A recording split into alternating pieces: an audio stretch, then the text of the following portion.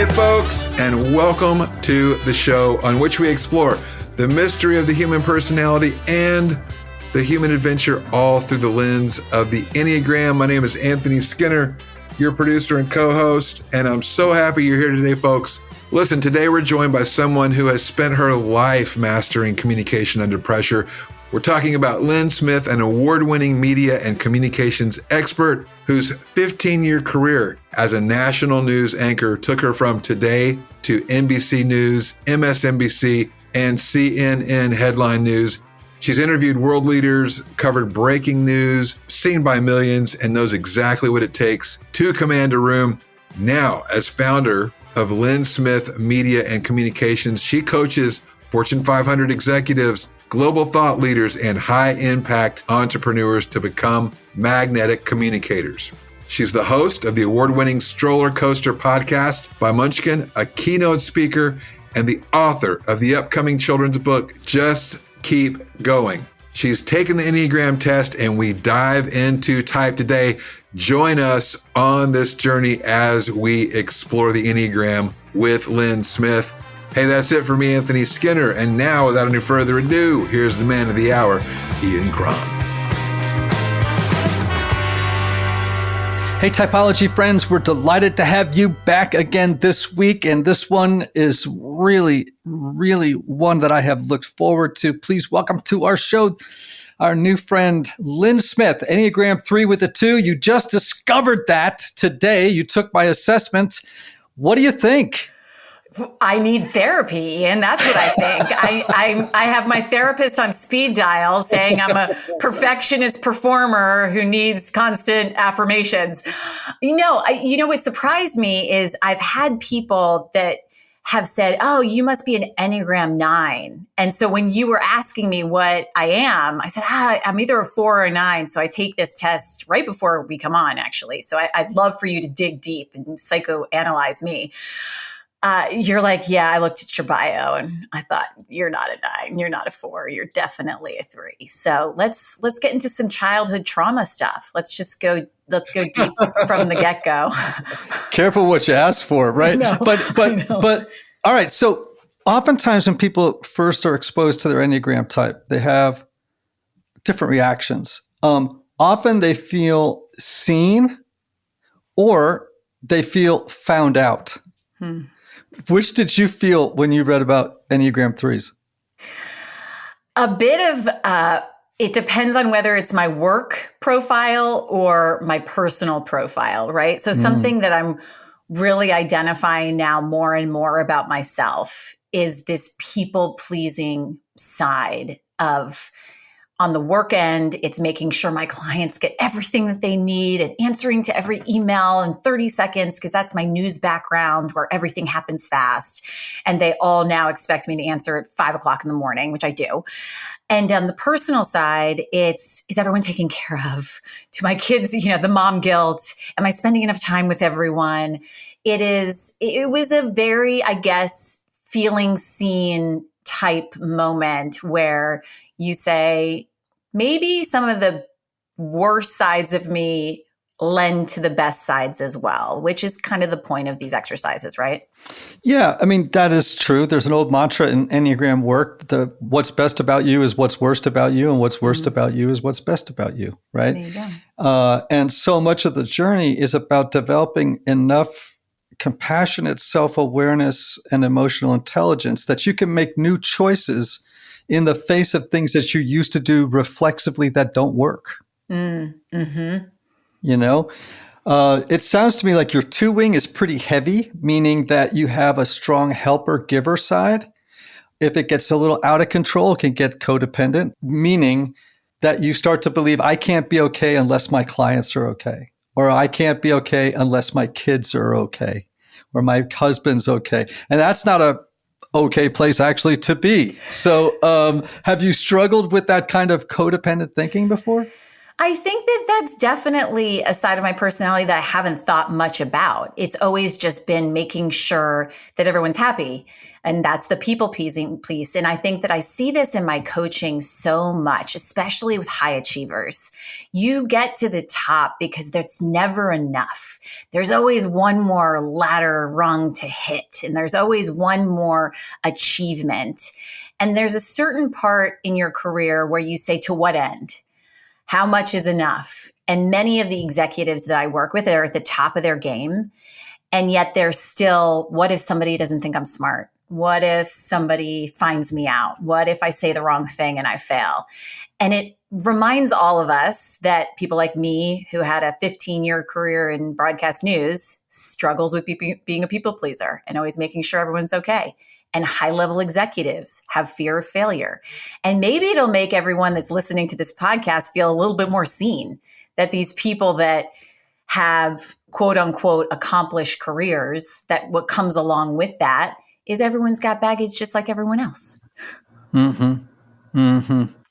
So it's interesting, right? Like I'm in a 12-step program and been in recovery for quite some time. And my sponsor is this the audience knows about my sponsor. He's a very, very funny guy from deep Tennessee. And he is so smart. It's ridiculous. And, but one time I said to my man, I really struggle with people pleasing. And he goes, Ian, I don't think you're a people pleaser. And I went, really? He goes, yeah, you're an approval seeker. Mm. Mm-hmm. And there is a nuanced difference between the two, right? It's like, I'm trying to please you to get your approval, right? Like it's not, I'm really after the approval. I'm not really just out here to please you. I really want something in return. Do you think you're also an approval seeker? Is that in the equation? Yeah, it's interesting. Somebody was just talking to me about how much of what is our base, our foundation, is established by the time we're 6 years old or 7 years old. And by then, everything is built on that foundation. So within that childhood, if we experience a critical parent, or if we experience the need to always please a parent that's maybe struggling and they're not emotionally stable, that's something that we're going to carry on through our entire life. And I hadn't really thought about that. And listen, I'm like a pretty reflective person. I'm open into these conversations, whereas most professionals want to seem perfectly polished and they don't want to get into any of the weeds of this might be something that's a part of my personality. And I would definitely say the approval seeker piece is maybe a piece of anyone that's come from a high achieving family, right? I had a very accomplished father following a true American dream story, right? From rags to riches type, beautiful, amazing story that you always sort of feel like you're here for a greater purpose. You feel like you need to accomplish because you came from the accomplishments of what for my grandparents were their immigration to the United States after experiencing war and fleeing their country and having to survive unimaginable conditions. So if I'm here and I'm not accomplishing and I'm not getting that approval, there's a piece probably psychologically, subconsciously that is being narrated within myself that's saying that should be happening. And that probably manifests in many ways. That maybe is the surprise why I thought I didn't realize I was a 3, but I am. And I talk about this when I'm coaching people and they have this issue. And I say the difference between external validation and internal validation, right? So in external validation, billion-dollar companies have been created. How many likes do we get? How many comments? But there's never enough. With external validation, right, we'll never fill that cup. So how do we shift that mindset to internal validation? And there's a lot of work surrounding that, and nobody's perfect in that. With the irony is that I coach it and also experience it myself. Yeah, well, that's usually what makes a great coach, right? Right? As the great Henry Nouwen used to talk about, the best healers are wounded healers, right? That's just how it goes. It's sort of the price of admission to being a good guide to other people. And that idea of internal locus versus external locus is really, really important. The problem with the external locus is if you've had a steady diet of external validation, what comes with it is dopamine hits. And it's very hard to give up that drug, right? Like it's super hard, and particularly hard for threes, because they're always threes tip. And by the way, because I have a bunch of clients who are CEOs and things like that, that for coaching, most of them are many of them, right, are threes, eights, who are called the challengers, right? So these big, intense, larger than life can be kind of combative, notoriously blunt. Threes are more diplomatic and polished, and are more about how can we negotiate a win-win for everybody. The eight is more like, how do I just blow through the line and take everybody out en route to the goal line? You know, it's like they both have the same desire, but man, one is much more, one's more high touch and a little bit more polished than the other, you know, usually.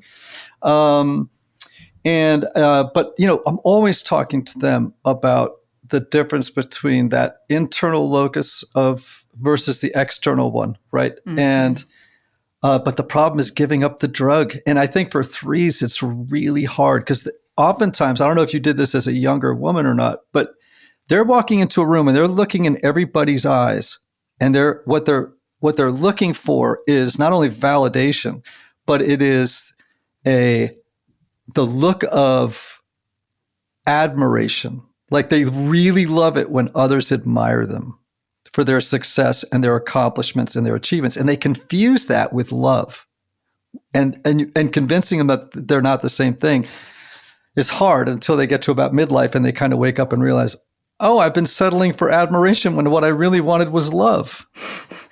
Well, think about what career I ended up in, right? So ended up in a career where your worth is tied to your performance, your delivery. You're only as good as your last show.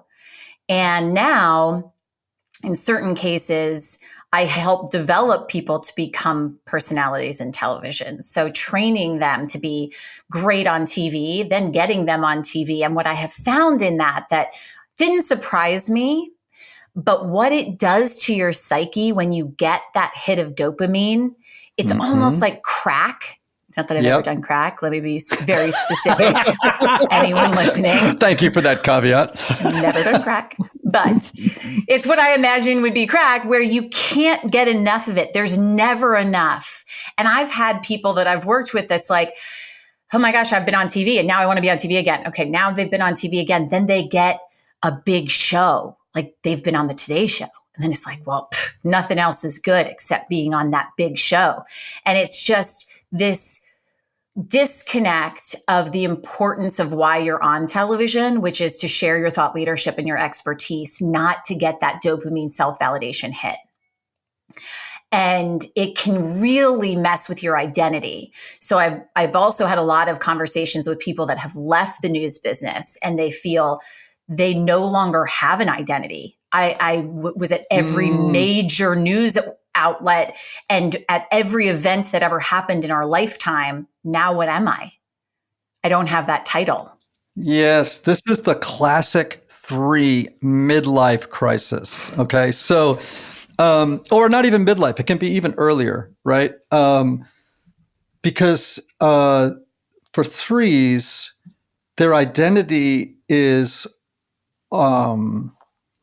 organized around achievement, success, and accomplishment, right?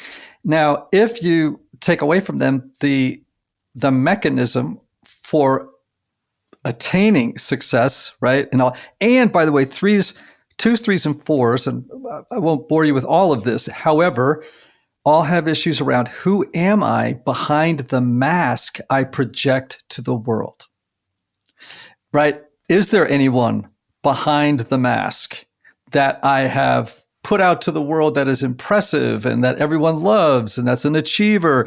But I don't know if there's anyone here. Have you ever had a moment in your life where you're like, I don't know who I am behind this telegenic, by the way, I love that I get to use that word, telegenic. I've known it for years. And for those of you listening, had an anchor on before. Oh, no. We've actually had anchors on before. And so what's so great, though, is like, you're very telegenic, which means wonderful on camera. Just for those of you who don't have any idea what we're talking about. So I feel like, though, that it's a really painful but really good moment when the 3 wakes up and says, I've got to find out who I am behind the image. Yes. Did you ever have that moment in your life? So when COVID hit, my show was taken off the air, and you would have thought I would have been like, oh my gosh, my identity is stripped from me. I need to be back on the air. I was never, though, somebody that was on television because I wanted to be famous or anything. I really deeply was connected to the storytelling and the achievement piece of it, to the 3. It was almost the least thing I enjoyed about it was being on TV, because you're constantly picked apart. It had nothing to do with my skill. It many times had to do with, did I look a certain way? Did I sound a certain way? Did I, accomplish what it is that a manager envisioned me to accomplish?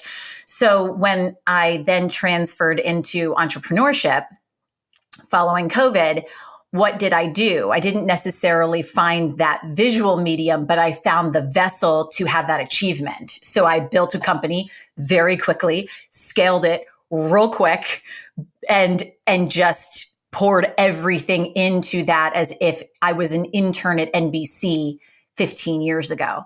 And so in that way, I'm more reflective of, I didn't take a month off and just chill, which a normal person would do.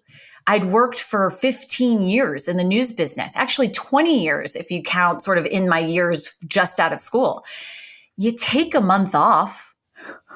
Right. But I built a program, launched it, turned the lights on my website, opened up for business, and took off. So I think in that way, to your question of, is it fulfilling this piece on air? It was, yes, just not in the same vehicle that I was doing that in television.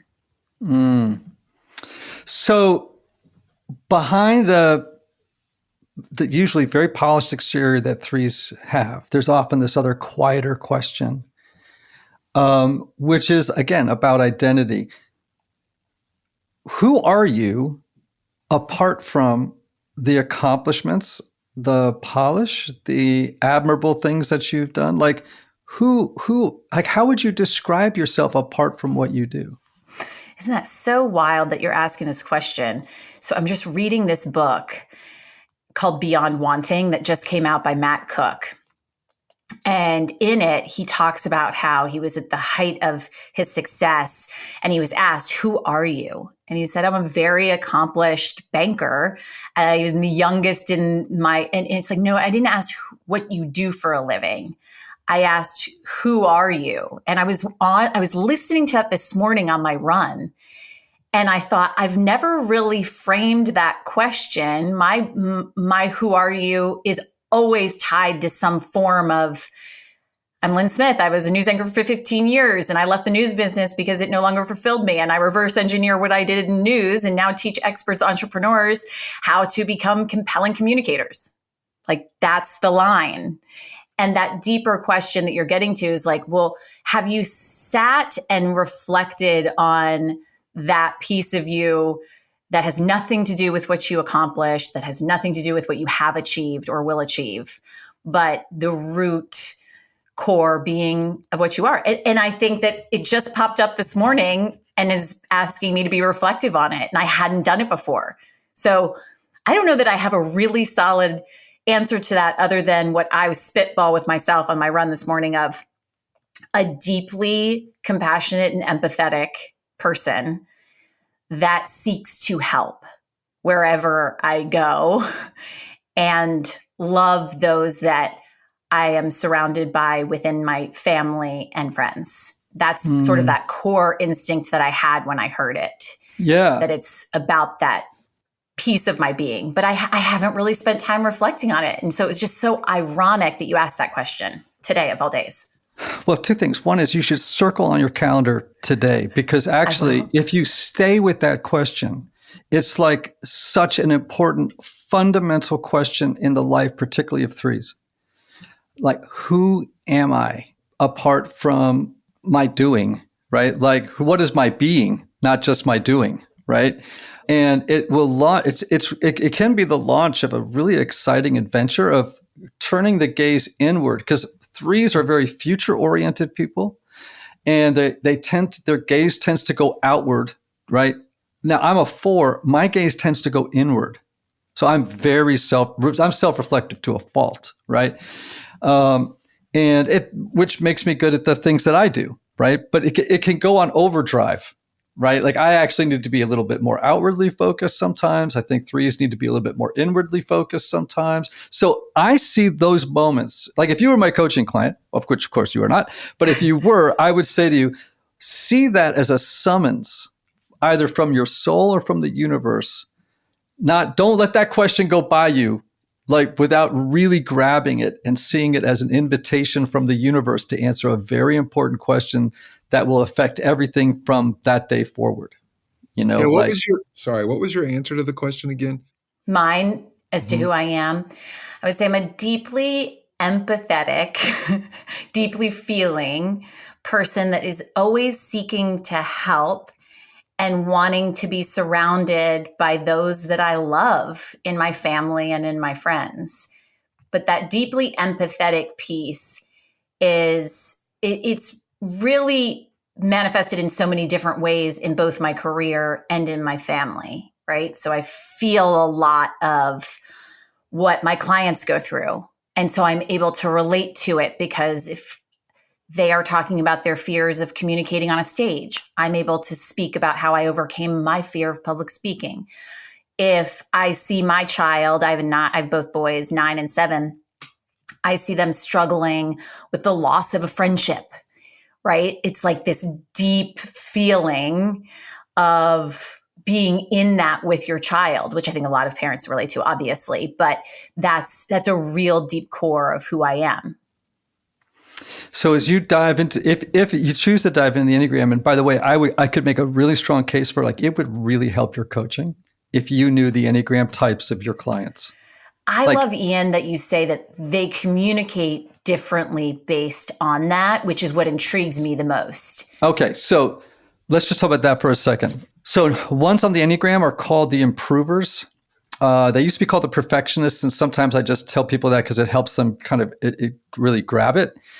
Who could I give you as a public figure who I think is a real one? Hillary Clinton was a real one, right?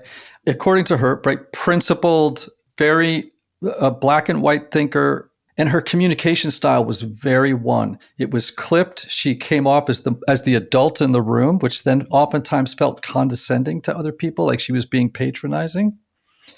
Because ones do this thing called reaction formation, where if they have what they consider a negative feeling about another person, they bring up its opposite. So when Donald Trump was walking behind her, like pacing and during a debate, and she just sat there with a smile on her face, looking like, I'm going to be the adult, right? Everybody read that as being her not being authentic. She should have, because it was clear to everybody she was furious, and she was just masking it with, I'm just going to be the adult look, which actually was a turnoff. I think she thought it was going to be something people admired, but it wasn't. It turned against her, right? So when you're working with ones, it's like being like, look, how can you be more authentic in what you're actually feeling in the moment? They tend to communicate with a lot of clarity, with a lot of precision, and they have to be careful because sometimes they can move from they're natural teachers, but if they're not careful, it becomes preachy. So if you're a 2, highly warm, very relational, the communication style of 2s can be a little bit histrionic, a little bit too caffeinated, a little bit too giving and loving, and very relationship oriented, right? Like they're really great at establishing relationships. 2s can make amazing public speakers because people feel genuinely loved by them. Like they genuinely care, right? But sometimes they have trouble getting down to business because it's too much of the love thing. You know what I mean? Like it's just too much of the love thing. 3s make some of the most polished and poised of all the Enneagram speakers. They have a lot of charisma, a lot of natural talent up front, but they actually have to really improve on connecting with their emotions. Because like threes have a ton of emotions. They just don't know what to call them. Like it's like they have trouble naming the emotions sometimes. And also just being authentic, not being just a polished presence. I get that all the time as far as like, Lynn, turn off the anchor voice. And I was like, but this is really kind of my voice. I was born with an anchor voice. Well, no, or I'll be like, I'll be at a dinner party and they're like, oh, what do you do? And I'm like, I'm a consultant, right? Like, I don't want to get into the TV talk of what I do. And then they eventually find out I was a news anchor and they're like, you fucking sound like a news anchor. And I'm like, I don't know if that's a good thing or a bad thing. I would say it's a bad thing because to your point, it's this polished when, you know, we know we're a big old hot mess. You know, I'm a mom of two boys. It's a hot old mess, dumpster fire over here. So go on. This is fascinating. I'll just say one more. Yeah, Anthony.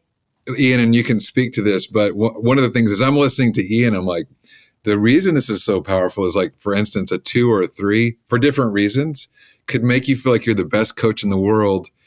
You could actually almost get flattered and not get underneath what needs to be gotten to in a session, you know? So that's why I think it's really important to know some of these communication styles, because you're sitting there thinking, oh my gosh, like I'm doing a great job and they're giving me everything I want to hear, when really if I know their communication style or what they sort of default to, I can go, what's really going on here, and get underneath the hood.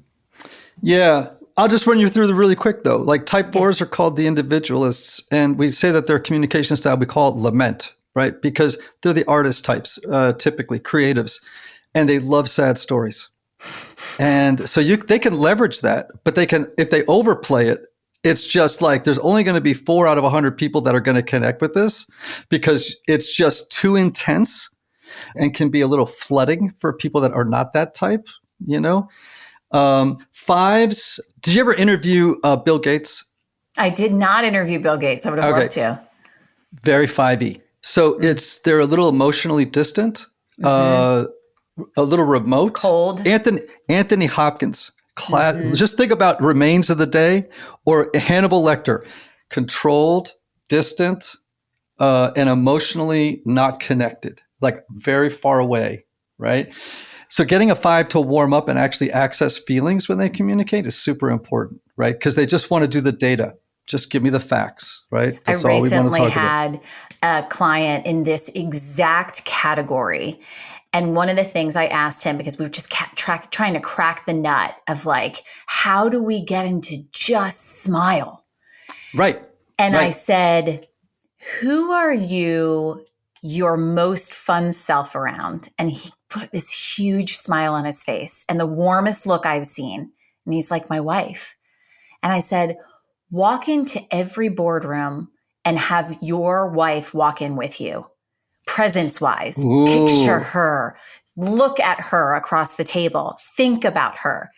And I recently went to their headquarters and they were doing a photo shoot, and the person that brought me in said, this is the first time I've seen the guy smile. Okay, so he's been working there for months. So, all right, let me give you 2 other examples of 5s like this, right? Yep. Sam Altman. And another one would be Mark Zuckerberg.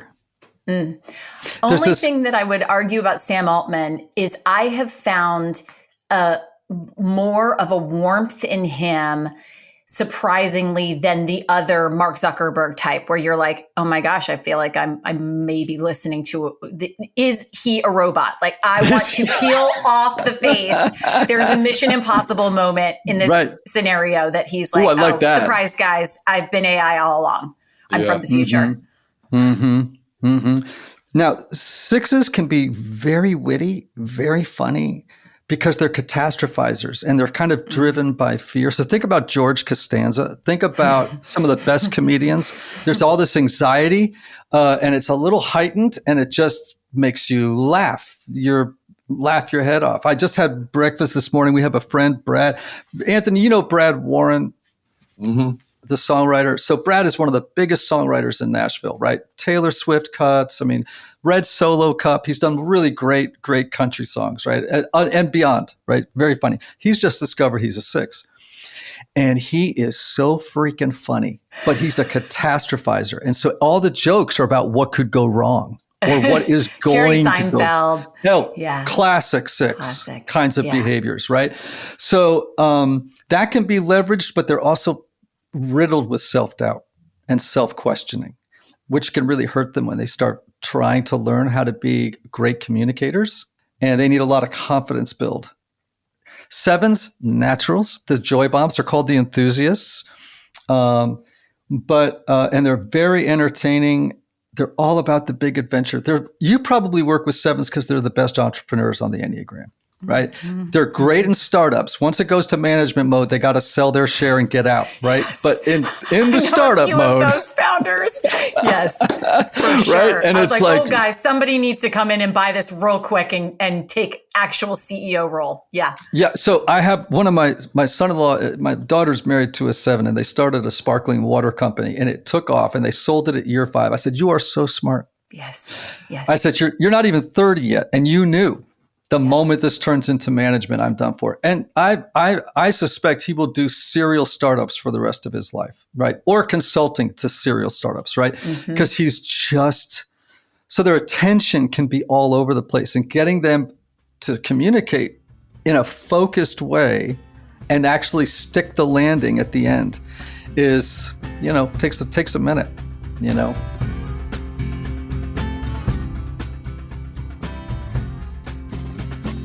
Hey friends, it's Ian.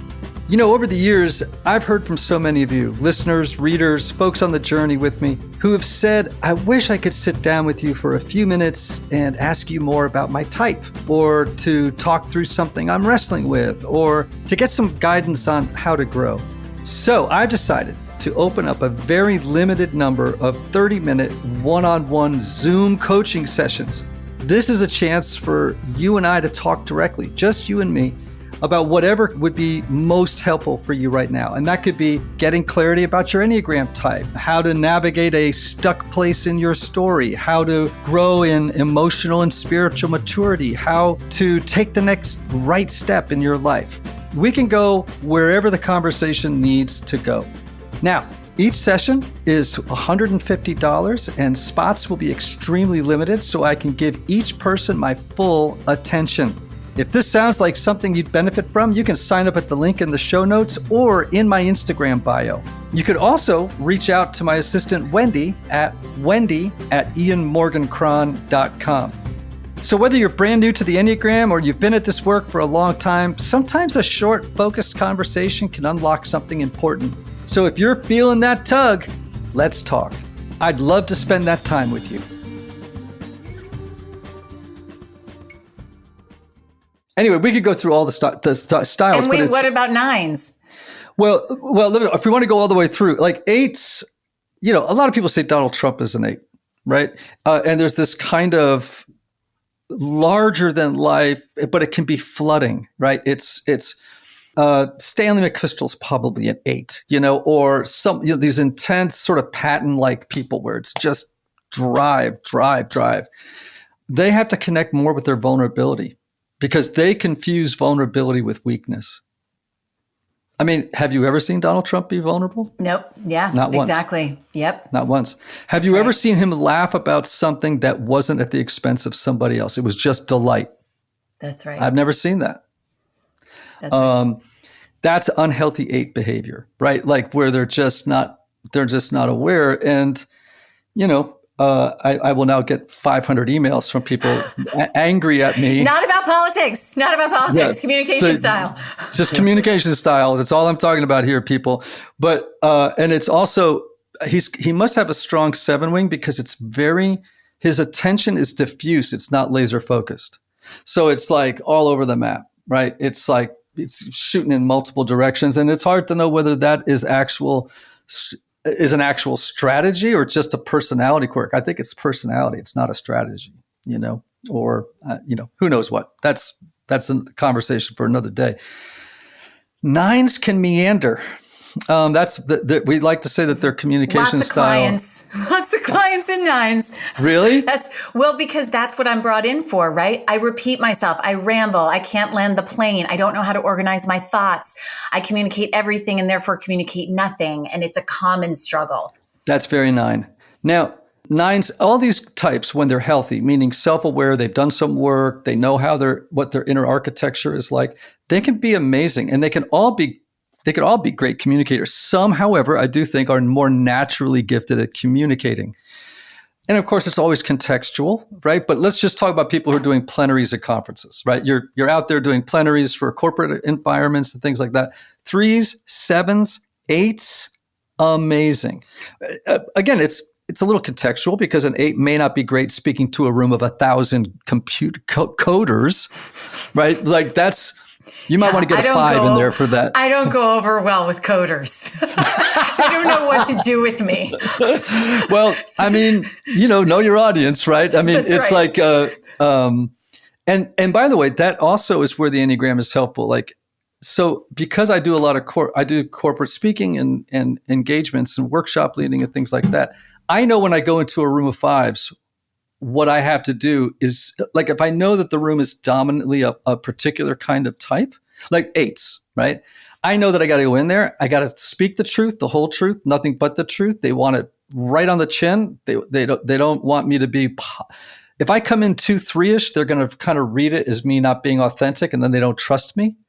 So you've got to be very direct and hard hitting. And if I'm going into a room of 5s, I know I've got to stick to the facts. They want data. They want analysis. They don't need it to be entertaining or funny, on and on and on, right? So that's really good to know about different audiences. Where were you a few months ago when I had to give a virtual presentation to a conference room full of Eastern European 5s? And I talk about the brain bully and how fear hijacks your communication. And I was like, when has the brain bully come in and eaten away at your confident thoughts? Radio silence, crickets. Yeah. It's like, come on, guys, who's going to be the first one? And I got Nope. Yeah. So if you were doing that event live, and you said to me, I got to go speak to a room full of dominantly 5s, right? I would tell you, don't talk too much about feelings, right? Stick to facts. When you're talking with them during the break, ask them about things don't ask them how they're feeling, ask them what they're interested in. I would tell you, don't stand too close to them. You have the 2 wing, you're probably pretty tactile. I bet you're a kind of person that loves to put your arm around people or touch their shoulder when you're talking, right? Don't do that to 5s. They have a real sense of like, no, thank you. Can you imagine hugging Mark Zuckerberg? I don't think so. So it's like, right? It's like my CFO clients versus my CEO clients. Like, I'll walk in the room and it's like, hey, and it's like, yeah, okay, yeah, bring me here. Exactly. So you do have a little bit of an advantage, and your clients would have an advantage if they know what their audience is like. Like, you could probably make some guesses, super fascinating, and to help them kind of like figure out the energy they have to actually radiate in order to connect. So, Ian, we talk all about everything being energy, and your presence. There's a really interesting study that was done by Stanford that found that the brain determines or makes its judgment about you within 1/10 of a second. So our brain judges our presence and our energy before you even open your mouth. Yes. And so that 1/10 of a second rule is, what is the energy I'm walking in a room with? Am I like, oh, am I going to know anyone here? Or am I like, oh, this is a waste of my time? Or I'm magnetic? And people will feel that. And no matter how much information you feed the brain to change its mind about you, it really doesn't ever. So you only have that first chance at a first impression. So the expression, cliche as it is true. You never get a second chance at a first impression. But people do not enough focus on the energy and the frequency in which they're operating in communication and business in any way. When we get on this virtual meeting, if I were sort of looking around, I was like, oh, hey, Ian, like, right, you would initially be like, oh, shoot, why did I book this person for my podcast? They don't have the energy that I want to have brought to this platform. And that's so important, whether you're an executive, an entrepreneur. What are you walking into a room carrying? What is the feeling? So good. I'm telling you, I mean, this Enneagram stuff is so helpful, right? So my wife is a 9. And I remember early in our marriage, and this is actually before I knew the Enneagram, but I understood better what happened later in life when I knew the Enneagram. When she would meet somebody, she'd put her hand out to greet them and then pull back like this. And I said to her, why do you pull back as you're shaking someone's hand as if you're withdrawing from them?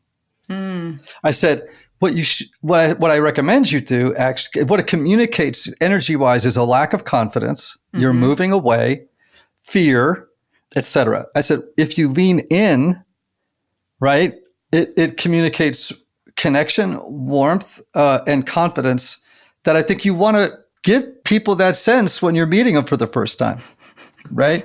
Right. But here's a question for you. You use the word magnetic.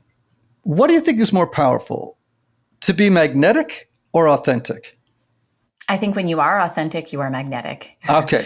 There we go. When you're inauthentic, you are putting out an energy that vibrates at a low frequency. It pushes people away.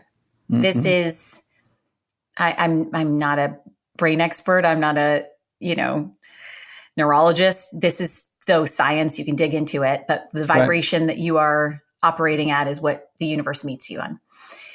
When you are authentic, you're your most confident because despite any circumstances, that you'll be okay, right? If I fail, I'll pick myself back up. I will be able to push forward. I'm just keep going. And that's why I wrote Just Keep Going. We'll get into that. But the whole point being, confidence comes from resiliency. It doesn't come from being good at everything. So when you walk in and you can be that authentic self, people are drawn naturally to you. And I say a magnetic communicator or a magnetic personality or a magnetic presence, because that's the energy when you walk into that room and you're vibrating at this high frequency and everything just kind of comes to you and it happens so easily. That's what attracted me to that book, Beyond Wanting, that I was talking about. Yeah, with the question that you should hold on to really tight. Who's the most magnetic person you ever met? Dolly Parton. I interviewed her. Come on, right from our home. Anthony and I live in Nashville. No wonder it is. The second she came around the corner, her little pitter patter of her click clack of her heels, and she walks into a room and you're just like, it's just this energy. And the second she opens her mouth and makes you feel like you've known her forever and there's no airs about her. And she's one of the most famous people out there. She's the greatest example of when you are exactly who you are and you're your most authentic self, that people will be drawn to that. I love that. And I do love that idea that when you are your most authentic self, that is when you are your most magnetic, right? Because I do all the time run into people that I can just tell I'm actually, okay, the way I explain is that there are two versions of any of us, right? So for me, there's Ian Cron, and then there's Ian Cron. And you don't want to be the Ian Cron in air quotes, which is this kind of curated personality that is seeking to manipulate or to get something from the crowd while communicating to them that you just want to help them. You know what I mean? It's like, oh, no, dude, this is very car salesy. AKA narcissist? Yeah. It's in air quotes, right? Yeah. And so never wanting to be inauthentic means you got to get rid of the air quotes around your name. Yes, I love that. I've never thought of it in that way. Yeah, there's always two versions of us, and at least two versions. And that's the one I want to stay away from the most, is the one in air quotes. All right, you talk about the brain bully. Tell me about the brain bully, and tell us more about this marvelous work that you're doing. I want to talk about the book, the whole thing. The brain bully was born from my own brain bully, right? It's an inner critic. It's the voice that all of us have if we are not a narcissist or a sociopath, because our brain is wired differently when we are a narcissist or a sociopath. Our brain is wired to protect us from perceived dangers. So when we face something that feels uncomfortable, a fear surfaces. What if I say the wrong thing and the stock price goes down? What if I fall on my face flat? The inner critic becomes this beta fish, right? Beta fish eat other beta fish and just eats away at every confident thought. And if we're making up an imaginary threat, why aren't we making up an imaginary triumph? Because our brain doesn't know the difference between either of the two. So I struggled with this myself. I used to have a deeply rooted fear of public speaking. It's hereditary. My father had the same thing. He turned down a CEO role because of it. And it became really a North Star for me as far as he still regrets it. He's 81 and he regrets turning down that CEO role. So it's what drew me to working with CEOs and their leadership teams because I had that empathy. I get it. It's hard what you're doing, but there's a fix to it. But for me, the camera, the studio, those were all my crutches. Getting out into a sea of people, seeing their faces, checking phones, looking at you like, right? Like that stink face. If you're a public speaker, you know you have to overcome those stink faces. It was something that was so crippling. And it wasn't until I had a completely bombed keynote that it forced me to really face what was happening, which was my brain bully, create the method to overcome it myself, which I now teach executives as the one piece that's the disease of their poor communications. So they come to me because they say too much, they repeat themselves, they can't land the plane, they don't know how to distill a message.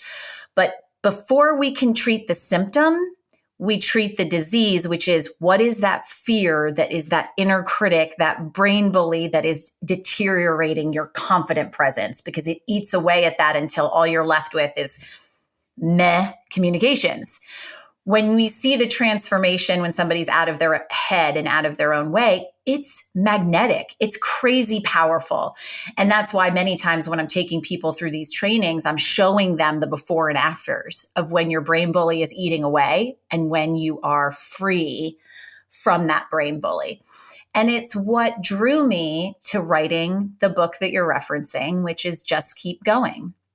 So seeing how fear is really the disease for so many of us, whether it's communications, whether it's stopping us from the promotion. If we're dealing with this at 46, 56, 66, whatever it is, why aren't we talking about it when we're 6?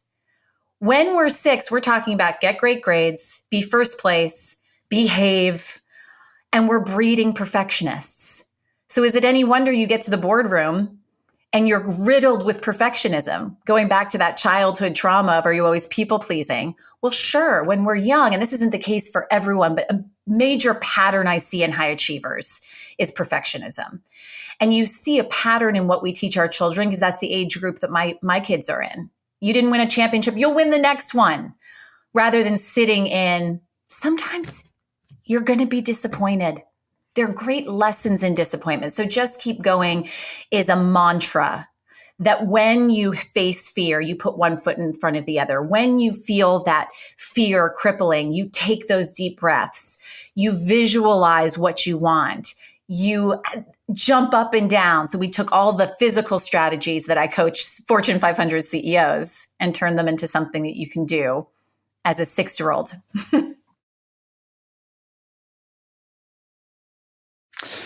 So I'm taking notes here because I love so many of the things that you're saying. I think I love this idea that, well, here's an idea I don't love. Sorry.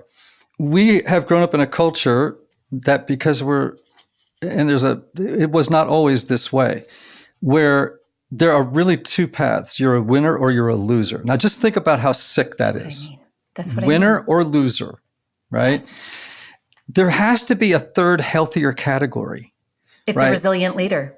It's a resilient person, right? Yes. And part of what you were saying is a resilient person has built into their thinking this idea, think about progress, not perfection. Just keep making progress. That's what I hear when you say just keep going, right? Yes. So that is a mantra I use with my clients all the time. Listen, focus on progress, not perfection. Yes.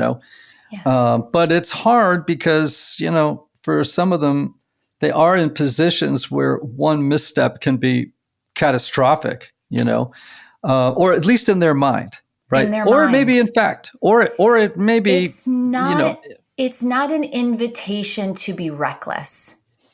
Right. That's the difference. It still requires thoughtful, careful decision-making. It's not acting reckless in fear. And that's the big distinction that many of these executives face. If one misstep and XYZ could happen, or for my executives, they're going on Bloomberg for earnings. If they say the wrong thing, the stock price could plummet. That's a real concern. But we address the fear, we properly prepare, we have mock interviews to address red flags, and then you have to say, I've done the work, I'm not being reckless, and I can't prevent the whatever catastrophe that I'm creating in my mind if something's going to happen. So the real distinction is that not being reckless piece and just keep going. Yeah, I always feel so bad for Powell, the head of the Fed, when he has to come out and every every word is being scrutinized. The markets are holding their breath. And I think to myself, I wouldn't want to be that guy sleeping last night. I'm like, there's not enough Xanax in the world to make me want to do that job. I want to know what his Enneagram is. He's a 5. He's got to be a 5. Yeah, he feels like a 5 to me. And they would be great in those situations. They're very good in high crisis. Like you want your paramedic when you have a knife wound, you want your paramedic to be a 5, right? If you call me, I'm going to write a poem. You don't want me, right? You want a guy who's emotionally distant, thinking about tick-tock, what needs to get done in what order, and is like cool, calm, and collected, So I do think you're right. I think he's probably a 5. How do you metabolize fear? Because you were just talking about this, rather than try to eliminate it. Because I have clients where I'm like, the more you resist it, the more it will persist. It's like pushing a beach ball underwater. It's going to pop up. And why? Because our brain is built this way. It's wired this way. Our thoughts that begin in the back of our brain move to the front of our brain where decisions and actions are made, and that leads to our outcomes. So the first step in that is externalizing the inner critic from who you are. I do that by naming your brain bully. My brain bully's name is Bob, because my son got a fish for Christmas and named him Bob. And I thought that was hysterical. And it was a beta fish. So as I mentioned, beta fish eat other beta fish. So every time that voice comes in, that is, Lynn, it's going to happen again on stage. You're going to choke again, because that's happened to me. I externalize it from who I am, Bob, and sit him down in the audience. And then I claim it for what it is. I understand that my brain is doing what it was designed to do. It's a perceived threat that back in caveman days, if I saw a saber-toothed tiger, my brain would say, get back in the cave. You're not going to get eaten alive today. But it doesn't know my keynote's not a saber-toothed tiger. So claiming it for it doing its biological job helps to allow reality to set in. And then it's the act of reframing. So we take that thought and reframe it to, I've prepared for this. I'm not winging it. I know what a difference this message makes for people, and I've seen the transformation. So we're feeding our amygdala different information, and it's no longer alert, cortisol shots of sweaty palms, shaky voice, all of those things that our amygdala does to protect us. And the outcome is confident communication.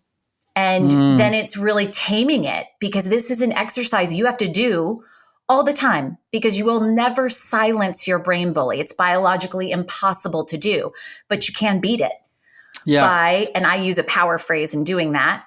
I say, Bob, sit down, watch this. And it allows, you're almost performing for your brain bully. And it's a really simple exercise that is this new thing that when I introduce it to executives, it becomes this new routine that they go through. And that chatter becomes productive rather than destructive.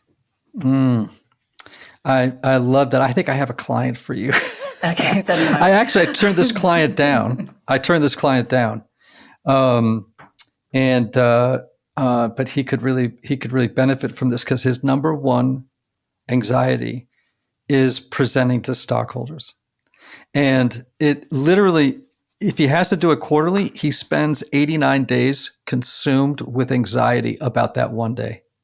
Tangentially, I'm going to put him onto. So you were just talking about something that Anthony and I have spent some time talking about, and I love this idea of, we use internal family systems a lot, right? Which is just getting people to name parts, right? So your inner critic is a part of you. And what I try to tell people is, look, it's just a part. It's not the whole of you. It's just a part. And this part actually wants something good for you. It just doesn't know that its strategy is backfiring. And chances are this part is a very young part of you.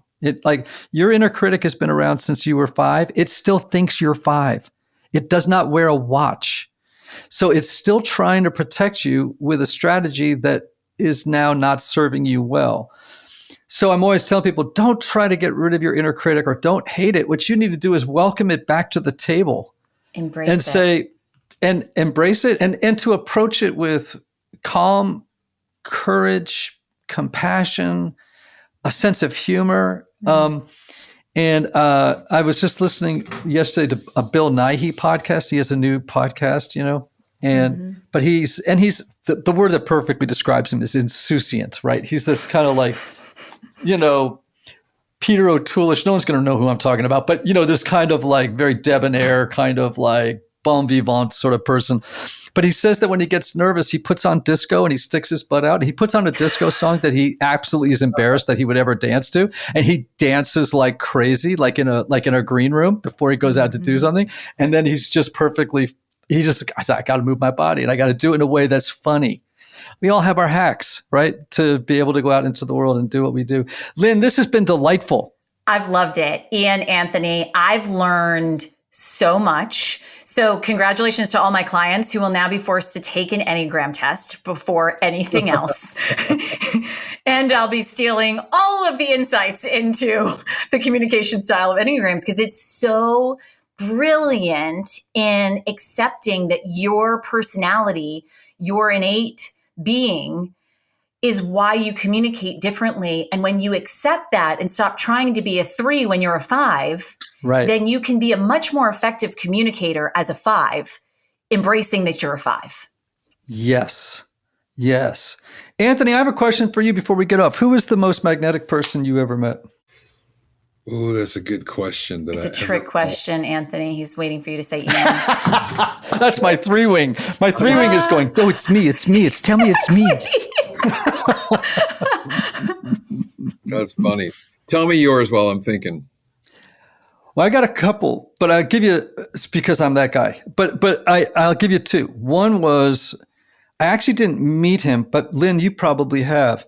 But I was in a small coffee shop in San Miguel de Allende, Mexico, tiny coffee shop. And out of nowhere, in walked Bill Clinton. And he had a Secret Serviceman with him. Hillary came in a few minutes later, but he just walked in with the Secret Serviceman.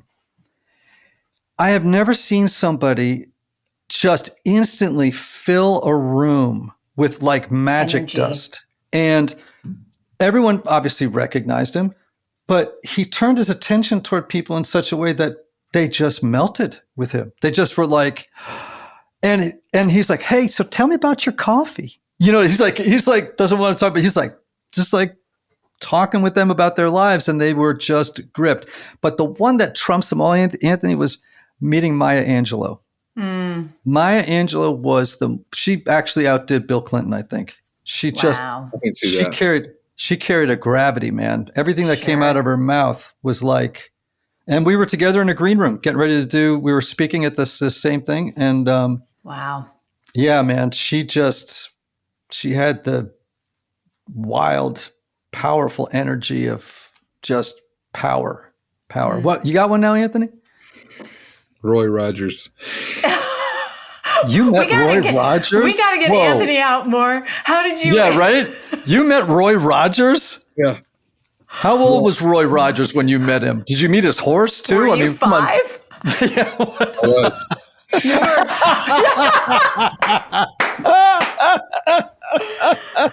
Oh, that's good. That's so good. We got to go out on that. For that reason, he was bigger than life.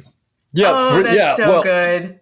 That is awesome. Hey, Lynn, tell everybody about where they can get the book, where they can learn more about everything that you're doing. You can learn more about Just Keep Going at justkeepgoingbook.com. I'm lynnsmith.com.